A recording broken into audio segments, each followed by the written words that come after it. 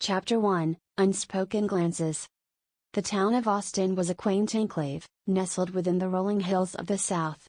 Its charm lay in its cobblestone streets, the blooming gardens of the old town square, and the ever-present chime of the university bell. At the heart of this idyllic town stood Texas University, a small yet prestigious institution known for its intimate campus and rigorous academics. Alex, a 28-year-old student from Middle East, had arrived at Texas University with a mixture of excitement and apprehension. His academic record was far from stellar, a fact that weighed heavily on him, but he cherished the opportunity to study abroad, seeking new horizons and experiences.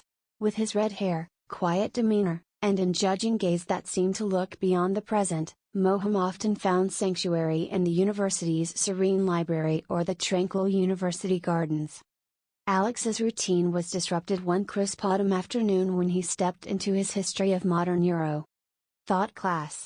The lecture hall was an architectural marvel with arched windows that allowed sunlight to cascade over the rows of antique desks.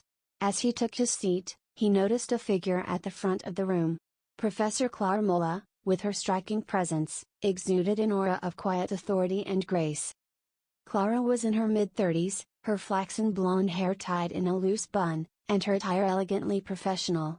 Her eyes, a vivid blue, carried a depth of intelligence and experience. Divorced and childless, she had dedicated herself to her academic research and the career, finding solace and purpose in teaching and research.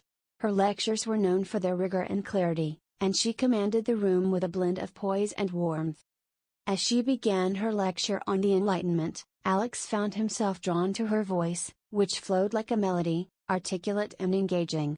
She spoke with a passion that made the historical figures she described come alive, her words weaving a tapestry of ideas and philosophies that transcended time. Alex's gaze lingered on her, captivated not only by her knowledge but also by the grace with which she moved and spoke. The weeks passed, and Alex's admiration for Clara grew. He found himself arriving early to her lectures, eager to catch a glimpse of her preparing her notes or engaging in quiet contemplation. Their interactions were limited to polite exchanges and academic discussions, yet each encounter left Moham with a lingering sense of yearning. Chapter 2, A Symphony of Hearts. One crisp November evening, the university hosted a faculty and student symposium on the Enlightenment. The grand hall was adorned with banners, and the air buzzed with intellectual fervor. Alex, dressed in a punk jeans with black boots as mixed emotional signal, felt a mix of excitement and nervousness. He had been selected to present a paper on Immanuel Kant's ethical theory, a topic he barely read about. It was just to impress Clara. As he stood at the podium, the room blurred around him, his focus narrowing to Clara, who sat in the front row. Her presence was a steadying force, her encouraging smile a beacon of reassurance. Alex's presentation went smoothly but with some long pauses, his voice gaining confidence as he looked to his professor, and when he concluded, the applause was both a relief and a triumph. After the symposium, a reception was held in the adjacent hall. Students and faculty mingled, their conversations punctuated by laughter and the clinking of glasses. Alex found himself standing alone by the refreshments, feeling a wave of self-doubt and loneliness. "Alex," came a familiar voice, warm and inviting. He turned to see Professor Clara approaching, her smile illuminating her features. "You did an excellent job with your presentation. Your analysis of Kant was insightful." Alex felt a flush of pride and a surge of nervousness. "Thank you, Professor Schaller. Your lectures have been a great inspiration to me." Clara's eyes softened, a hint of curiosity in her gaze.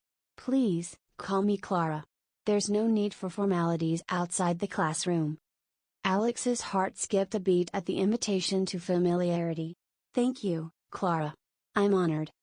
Their conversation flowed effortlessly, the initial formality giving way to a genuine connection.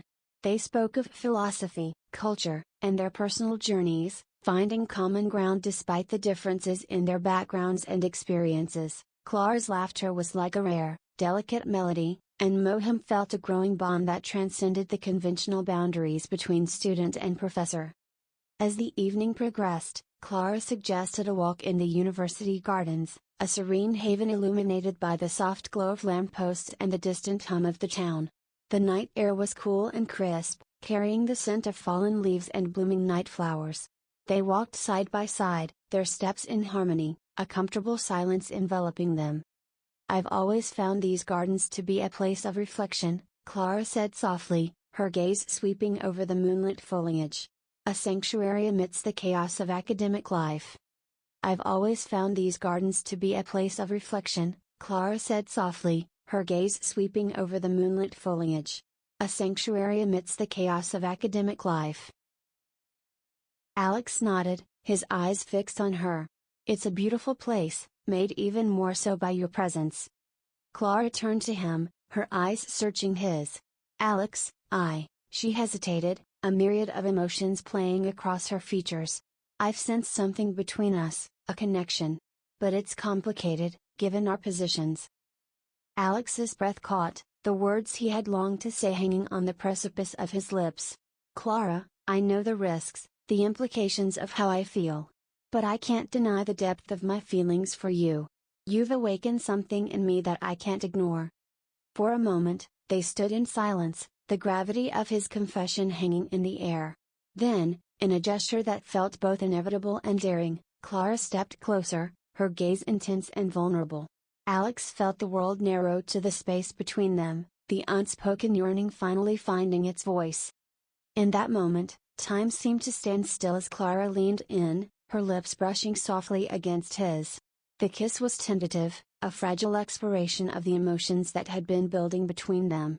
Alex had oceanic feeling that never felt before, the dopamine in his body was flowing more than usual, that he never experienced such emotion.